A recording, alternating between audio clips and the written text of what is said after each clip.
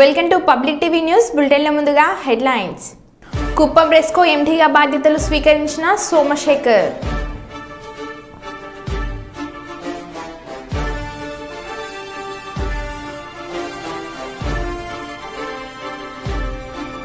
Ration బియ్యం అక్రమ రవాణాని అరికట్టండి జనసేన నాయకులు.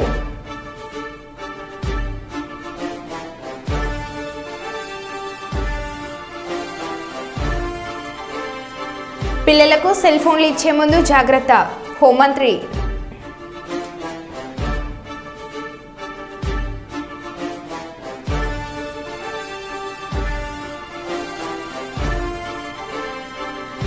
సంజయ్ కుమార్ క్యాంప్ కార్యాలయాన్ని ముట్టడించిన అంగన్వాడీ ఉద్యోగులు.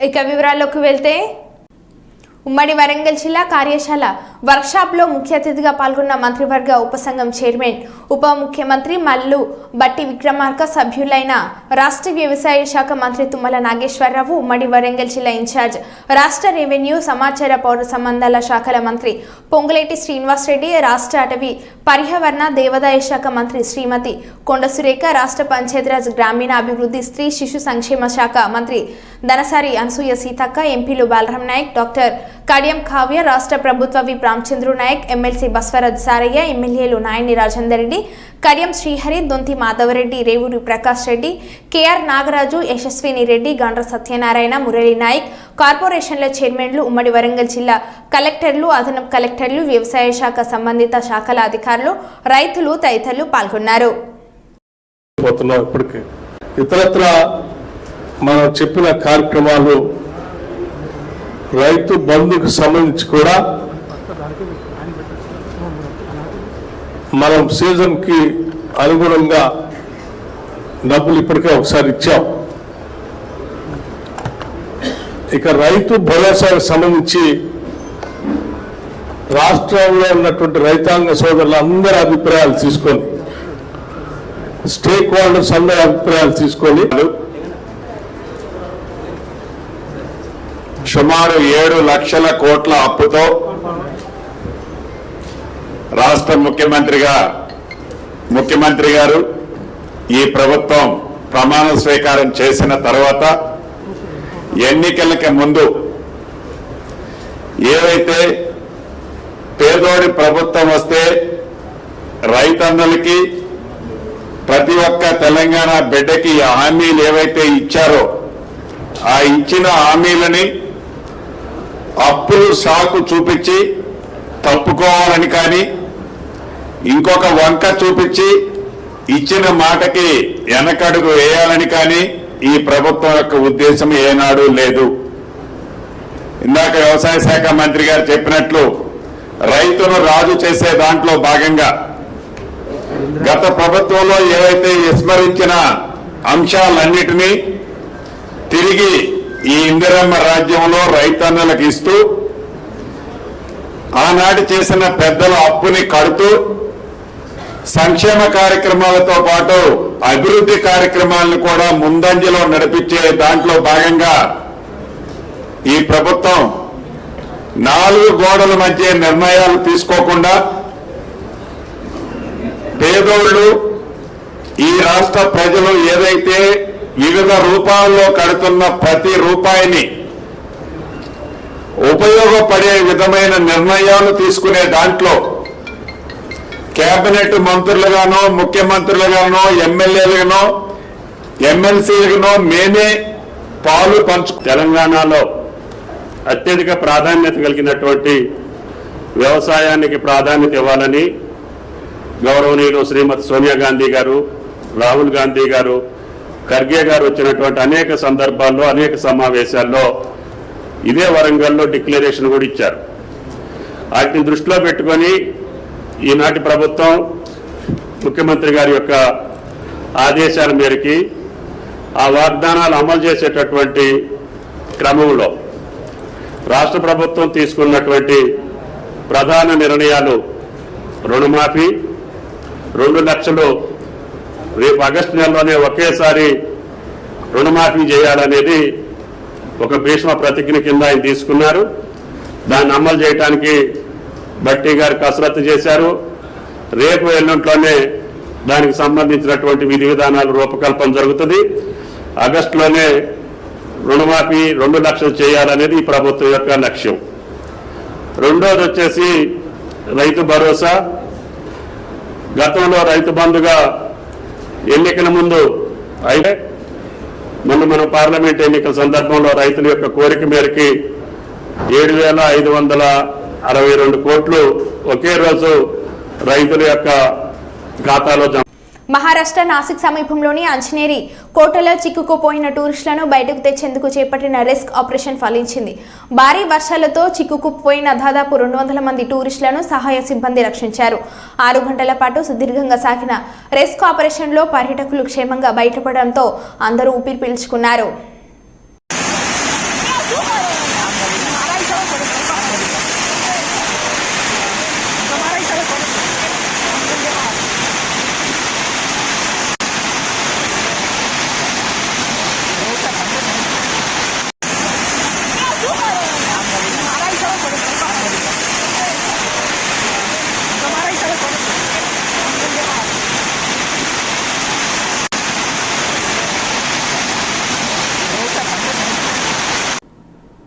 హుజరాబాద్ పట్టణంలో అంబేద్కర్ చౌరస్తాలో షార్ట్ సర్క్యూట్ వల్ల అగ్ని ప్రమాదంతో చిన్న దుకాణాలు కాలిపోయాయి. వెంటనే మంటలు ఆర్పేందుకు చర్యలు తీసుకోవాలని అగ్నిమాపక సిబ్బందికి పోలీసులకు ఆదేశాలు ఇవ్వడం జరిగింది. అధికారులు అప్రమత్తంగా ఉండి మంటలు ఆర్పడంతో పాటు ఎవరికి ఎలాంటి ఇబ్బందులు లేకుండా చర్యలు తీసుకోవాలని, మంటలు ఇతర ప్రాంతాలకు వ్యాపించకుండా జాగ్రత్తలు ఉండాలి. కాంగ్రెస్ నాయకుడు ఒడితల ప్రణవ్ వెంటనే కార్యకర్తలను కలుపుకొని బాధితులకు సహాయ సౌకర్యాలు అందించాలని కోరడం జరిగింది.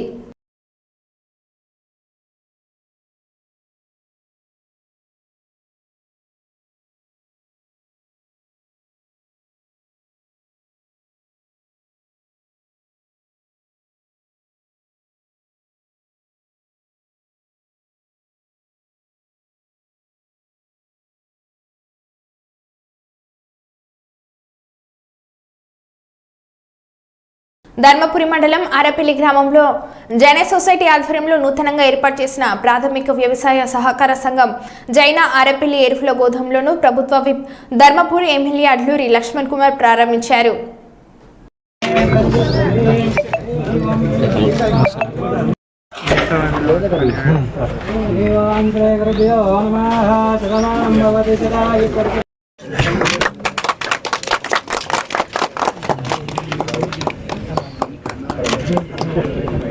అన్న ఒక నిమిషం.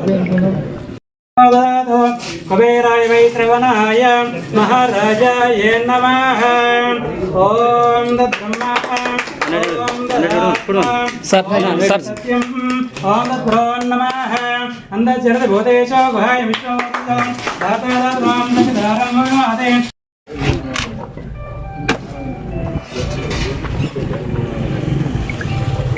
పెన్నులు సార్ పేరు ఉంటాయండి.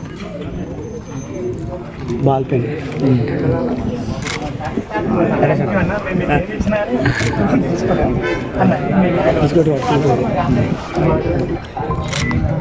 ఒక నిమిషం అన్న మా కోసం మా రైతుల కోసం ఇప్పటికైతే మేము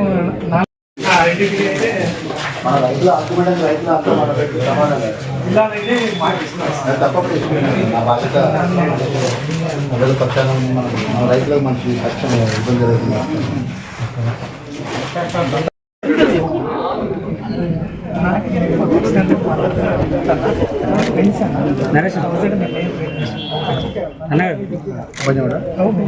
నరేష్ ఒకసారి కట్టుకోండి ఒకసారి పట్టుకోండి చిన్న ఫోటో.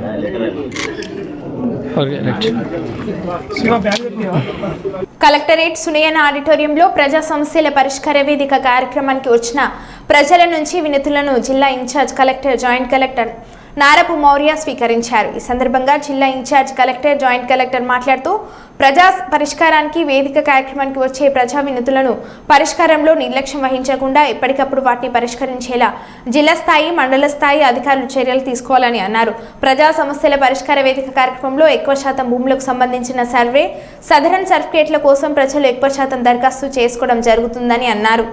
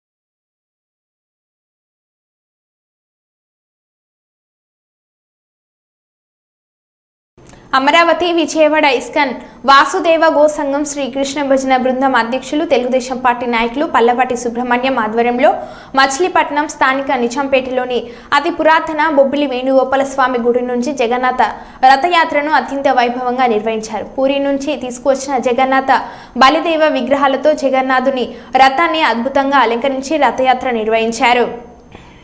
రథయాత్ర మొదలైంది కావున భక్తులందరూ వచ్చి ఈ యొక్క కార్యక్రమంలో పాల్గొనాలని మరి కూర్చున్నాం. స్వాగతం జగన్నాథ్,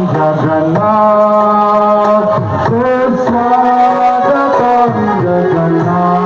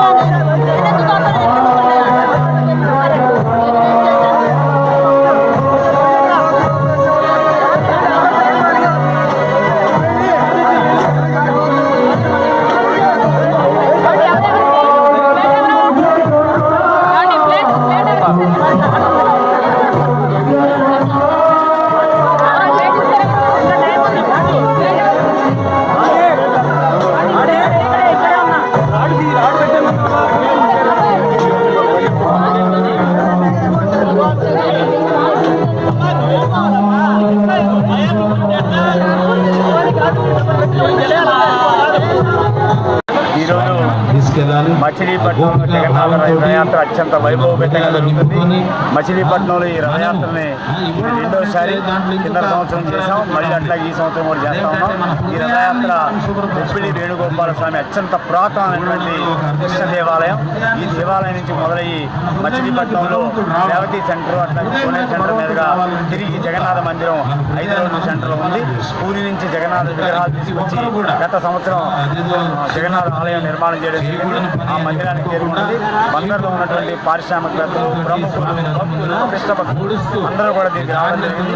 వారందరికీ కూడా జగన్నాథ యొక్క కృప ఉండాలని, మచిలీపట్నం అత్యంత వైభవపేతంగా అభివృద్ధి జరగాలని సందర్భంగా జై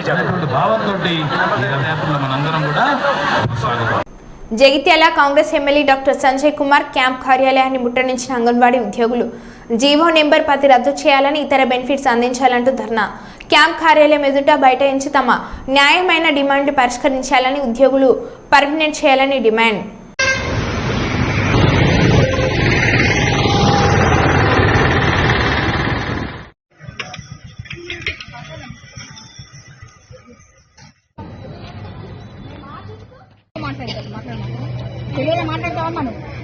మాట్లాడతావా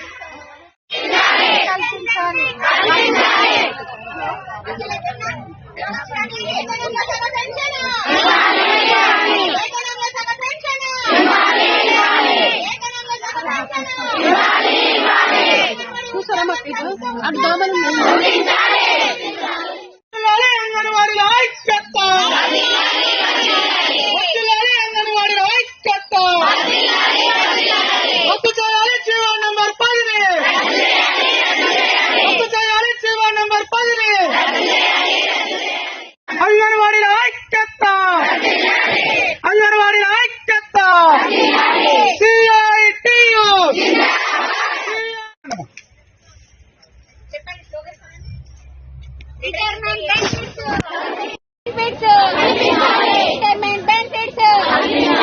జీవో నంబర్ 10 వెంటనే జీవో నంబర్ 10 వెంటనే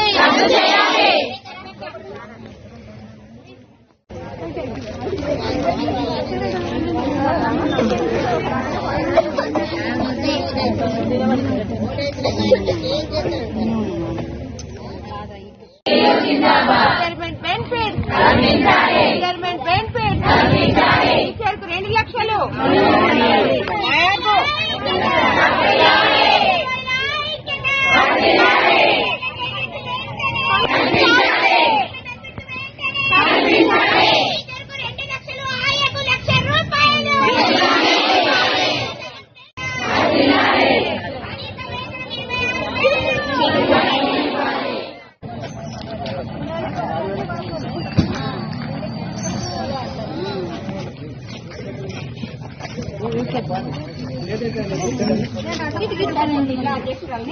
ఉండనమ్మా ఆగు ఆగు. అయితే ఏంటంటే సార్ ఇవాళ మేము ఇది రాష్ట్ర వ్యాప్తంగా ఈ యొక్క ధర్నా నిర్వహించడం జరిగింది. ఎందుకంటే గత ప్రభుత్వం మాకు హామీలు ఇచ్చింది. టీచర్కు 2 లక్షలు, ఆయాకు 1,00,000 ఇస్తూ మాకు వచ్చే సాలరీ జీతంలో పెన్షన్ కల్పిస్తాము. అదేవిధంగా 18,000 మేనిఫెస్టోలో కూడా 18,000 ఇస్తామని పెట్టడం జరిగింది. మేము ఇప్పుడు 5-6 నెలల నుంచి కూడా ప్రభుత్వం వచ్చి నుంచి కూడా ఓపిక పట్టుకుంటూ చూస్తున్నాం. ఇది ఇస్తుంది, అగ ప్రకటిస్తుంది.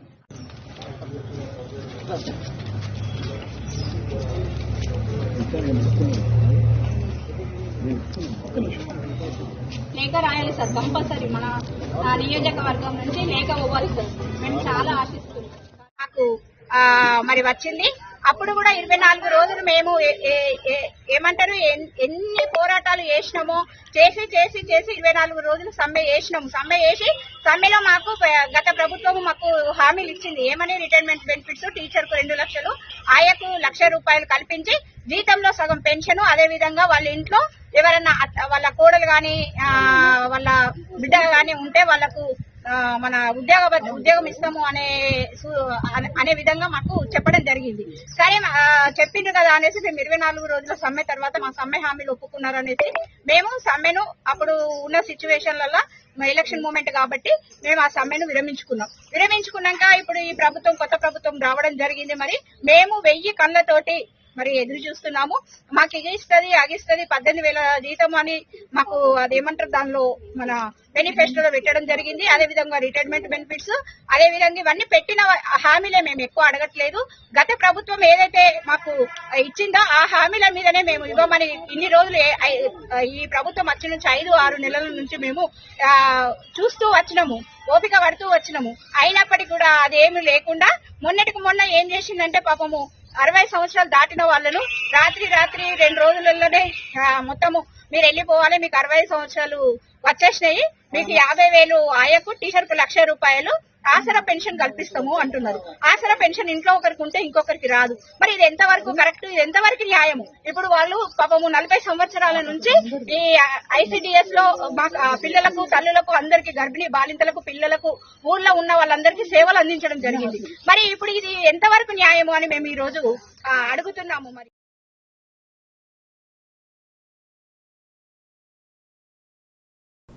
మరో బులెటిన్లో మళ్ళీ కలుద్దాం. Stay tune.